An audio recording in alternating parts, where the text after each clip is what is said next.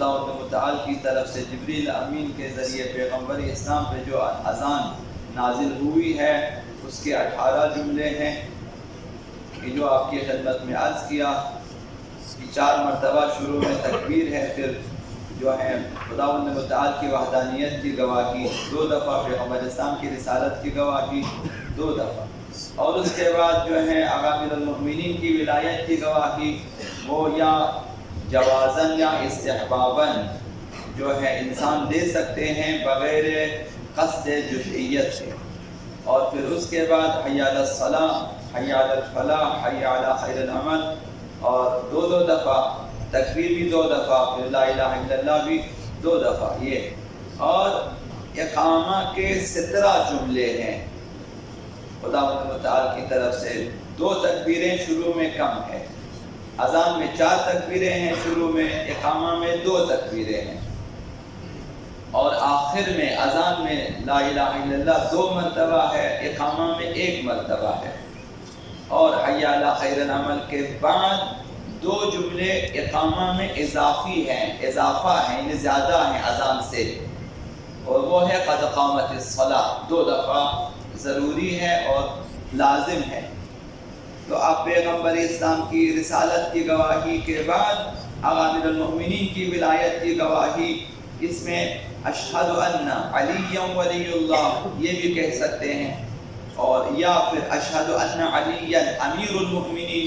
یہ بھی کہہ سکتے ہیں، یا دونوں جملے ملا کر کہیں اشہد ان علی امیر المؤمنین ولی اللہ، یہ بھی آپ کہہ سکتے ہیں۔ تو جس طرح سے چاہیں، سب سے بہتر وہی جو ہے ولایت کی گواہی ہے، اشہد ان علی ولی اللہ۔ تو یہ اذان اور اقامہ کے جملے۔ اب مسافر اور ہر اس شخص کے لیے جسے جلدی ہو، یہ حضرت ایت اللہ سیستانی کا میں نے دیکھا ہوا ہے،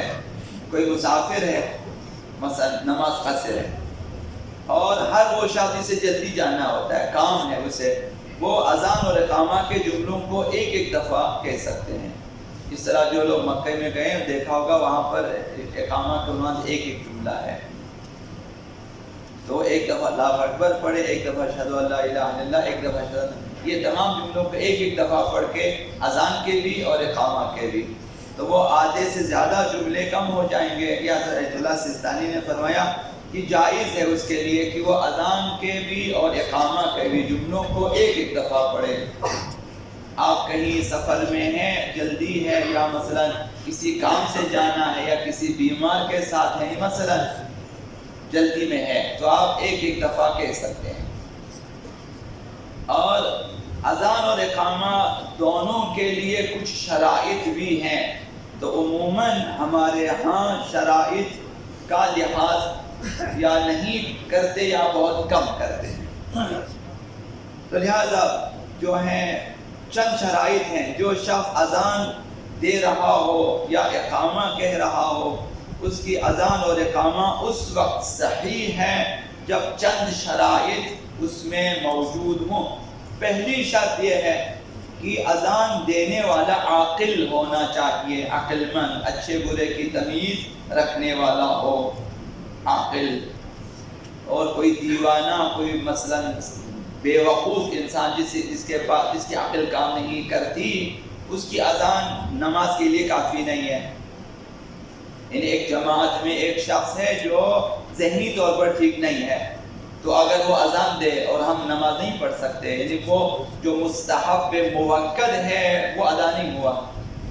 یعنی ہمیں ثواب نہیں ملے گا، تو عاقل انسان اذان دے اور اقامہ کہے، یہ پہلی شرط ہے۔ دوسری شرط یہ ہے کہ مؤذن کو شیعہ اثنا عشری ہونا چاہیے، شیعہ 12 امامی ہونا چاہیے، غیر 12 امامی جو بھی اذان دے وہ ہماری نماز کے لیے کافی نہیں ہے، یعنی وہ ثواب جو ملنا چاہیے نہیں ملے گا، تو یہ شرط ہے اذان میں۔ تیسری شرط یہ ہے کہ اگر نماز جماعت مردوں کی ہے، مردوں کی نماز جماعت یعنی مرد حضرات شامل ہیں جماعت میں، خواہ خواتین ہو یا نہ ہو، تو مردوں کی جماعت میں حتماً مرد کو اذان دینا چاہیے اور اقامہ کہنا چاہیے۔ اگر مثلا ساتھ میں خواتین نماز پڑھی، وہاں سے اگر کسی خاتون نے جماعت کے لیے اذان دی یا اقامہ کہہ دیا کافی نہیں ہے۔ تو جو ہے اگر مردوں کی نماز جماعت کے لیے اذان اور اقامہ کہہ رہا ہو تو مرد ہونا چاہیے کہنے والا، یعنی مردوں کی نماز کے لیے خاتون کی اذان اور اقامہ کافی نہیں ہے۔ اگر خاص خواتین ہیں، صرف خواتین، تو وہ اپنے لیے اذان کا اقامہ کے خود ان کے لیے کافی ہے، بشرطے کہ اس میں مرد نہ ہو، مرد کے لیے کافی نہیں ہے۔ حضرت آیت اللہ سیستانی نے فرمایا کہ اگر عورت اپنے محرم مردوں کی جماعت میں بھی ہو، کہ سارے مرد محرم بھی ہیں، باپ ہیں، بھائی ہیں، مثلا پوتے ہیں، نوازے اس کے تمام محرم ہیں، پھر بھی اس جماعت کے لیے بھی اس خاتون کی اذان کافی نہیں ہے، اگرچہ سب کے سب محرم بھی کیوں نہ ہو۔ تو خواتین سے یہ کام ساقط ہے کہ وہ مردوں میں آ کر مثلا یا مردوں کی جماعت میں جو ہے ایک طرف شامل ہو کر بھلے پردے کے پیچھے کیوں نہ ہو، تو اذان اقامہ ان کا کام نہیں ہے۔